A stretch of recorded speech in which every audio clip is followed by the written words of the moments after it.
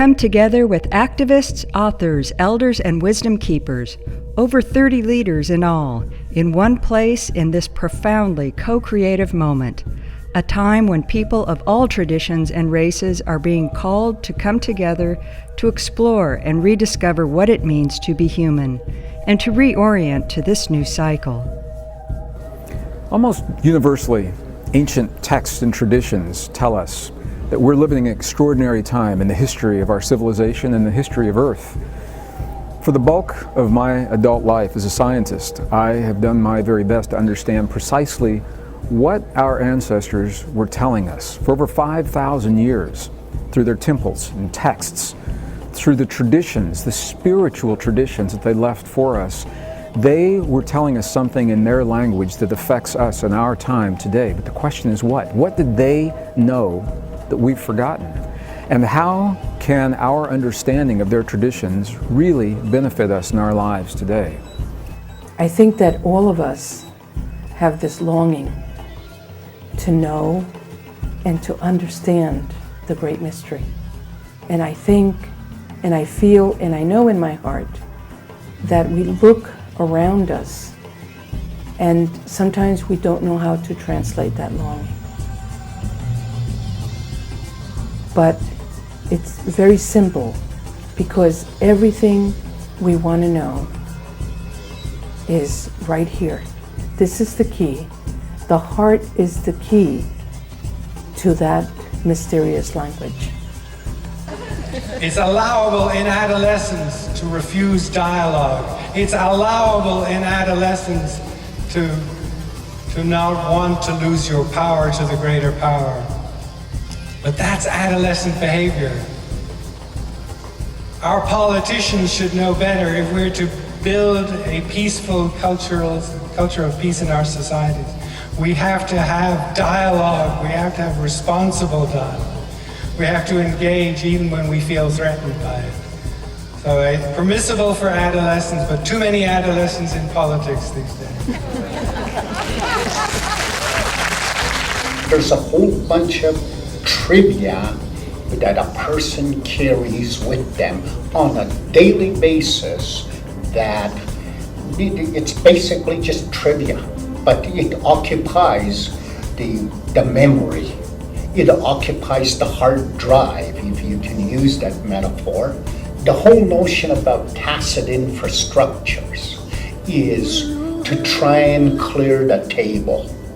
As these Zen philosophers say, hey, you're not going to learn anything because your brain is, your teacup is full. And that's what David Bohm speaks to, is how about if we lay those things aside, at least for the time being. And the women I know who are 50, 60, 70, into their 80s now, are so dynamic.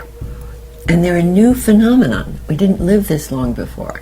Or we had 10 children and 15 grandchildren. It was a total engagement in survival and reproduction. Now, we're shifting from procreation to co-creation, from self-reproduction to self-evolution. So aging changes when your creativity grows. Because everybody in the circle gets a little piece of the information. There have been about 12 people there, and it's almost like running something through a computer, the question, and then the computer puts all the answers together for the question, and then the old man sitting in the front there who's leading the ceremony, he says, okay, here's the computer printout, this is the answer. And then he said, this is what a real democracy is like. Everybody gets to input their information. Hunwinak means one person or a character or a human being who has the 20 fingers and toes. 10 in your fingers, 10 in your toes. And this is the 20 days that's the same as the Mayan calendar. So the Mayan calendar is the same as our human body. Dancing Earth, recipients of the National Museum of American Indians 2010 Expressive Arts Award, will be performing at the conference.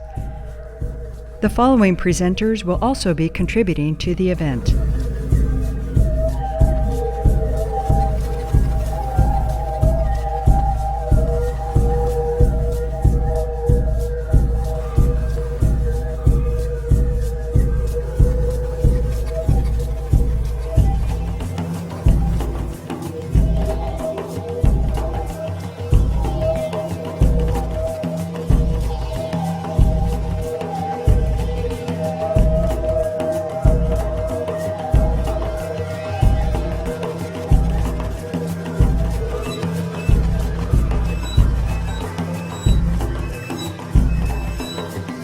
For more information and to register for the Wisdom from the Origins Conference, visit the Seed Graduate Institute website at www.seedgraduateinstitute.org.